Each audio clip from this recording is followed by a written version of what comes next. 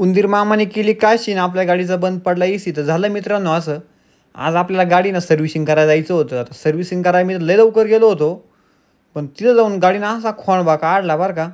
मग काय सर्व्हिसिंग सेंटरला गेल्या गेल्या ना आपल्या गाडीचा लगेच नंबर लागला. आपल्याला काय दम नाही भाऊ, डायरेक्ट गेल्या गेल्या आपली गाडी डायरेक्ट बरं का डायरेक्ट नंबर होता आपला. मग तिथं घेतलो आपल्या गाडीची अख्खी माहिती बिहिती भरली तिथं, काय त्यांच्या लॅपटॉपमध्ये काय असं नसन सगळं आहे ना डाटा पाहिला आणि आपल्या गाडीचं काम चालू केलं भाऊ.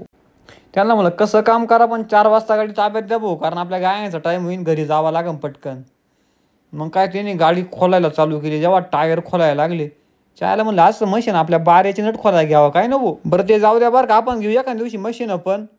मग काय आपल्या गाडीने डायरेक्ट लिफ्टनी वर उचलली हो, डायरेक्ट हवेमध्ये.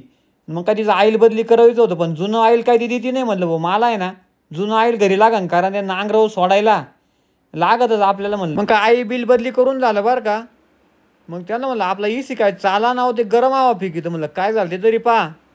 अहो त्यांनी उघडलं ते पाहत होतं काय, त्याच्या वायरी कट केल्या त्या उंदरांनी. शाळेला म्हणलं बरा पाचता आहे का आता. एक तास करतो फोल्ट सापडा ना, मग त्यांनी डायरेक्ट लॅपटॉप जोडला डायरेक्ट तो फोल्ट काढला बरं का. म्हणलं सुविधा भारी भो.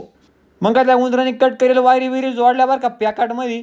त्यांना म्हणलं आता काय काम राहील ते म्हणे, आता आपलं ना व्हील अलाइनमेंट करायची म्हणे. आता व्हील अलाइनमेंट म्हणलं करा बरं पटकन. म्हणलं ज्याला मी शाळेत असताना काहीतरी शिकेले बरं का व्हील अलाइनमेंटचं, पण मला काहीच नाही आता म्हणलं लक्षात भाऊ. शाळेला एक तर आपल्याला ह्या मळ्यातून त्या मळ्यात जायची सवय, इथं फार बोर होऊन गेलं. म्हणलं यायला एका परचं कधी सर्व्हिसिंग आवडते कधी घरी जातो काय माहिती भाऊ. मग त्यांना म्हणलं चला चहा पाणी घेऊ आपण. मग काय फिटर लोकांना घेऊन गेलो. फिटर पण लय भारी होते बरं का आपल्या गाडीचं काम करणारे. मग काय आपल्या गाडीचं काम बिम सगळं झालं होतं. मग फायनल गेलो बिल करायला.